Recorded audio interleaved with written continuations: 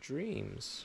Dreams are kind of interesting too. And one thing I was just thinking about this morning is that the universe that we live in has no boundaries. It is flat. There is no curvature to it, or at least no curvature that we've been able to detect with our strongest and most precise and most sensitive instruments.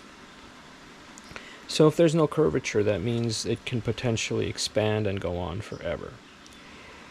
And that opens up some very interesting considerations. If the universe potentially is infinite and goes on forever, then somewhere out there in the infinite space, there is every conceivable version of your life that someone somewhere has either lived or is living or will live in the future. And every conceivable version of your life literally means that every possible thing that could have happened has happened somewhere else. Every possible decision that you could have made has been made by another version of you somewhere else. And we don't even need to traverse multiple dimensions for this. We just need to extend our scope into the infinite universe and see the infinite possibilities of infinite planets that are infinitely more and more like Earth, with infinitely closer and closer societies and social structures and technology. And eventually what happens is that our dreams that we have, where we dream of ourselves doing something or experiencing something, is a reflection of something that has happening in the infinite universe. A version of ourselves is doing or experiencing exactly what we are dreaming.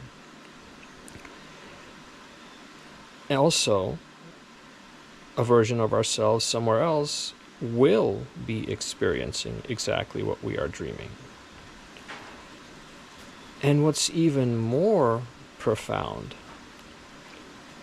is that what we are experiencing in our waking life could be the dreams of a version of us somewhere else.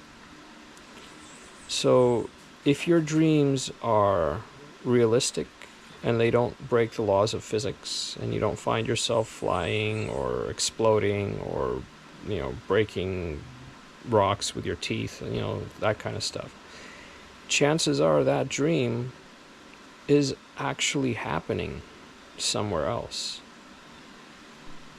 And chances are that what we are doing right now is actually the dream of an alternate version of ours experiencing it elsewhere, or a dream that an alternate version of us has already experienced. So in reality, we can be predicting the future in our dreams, but just not our own.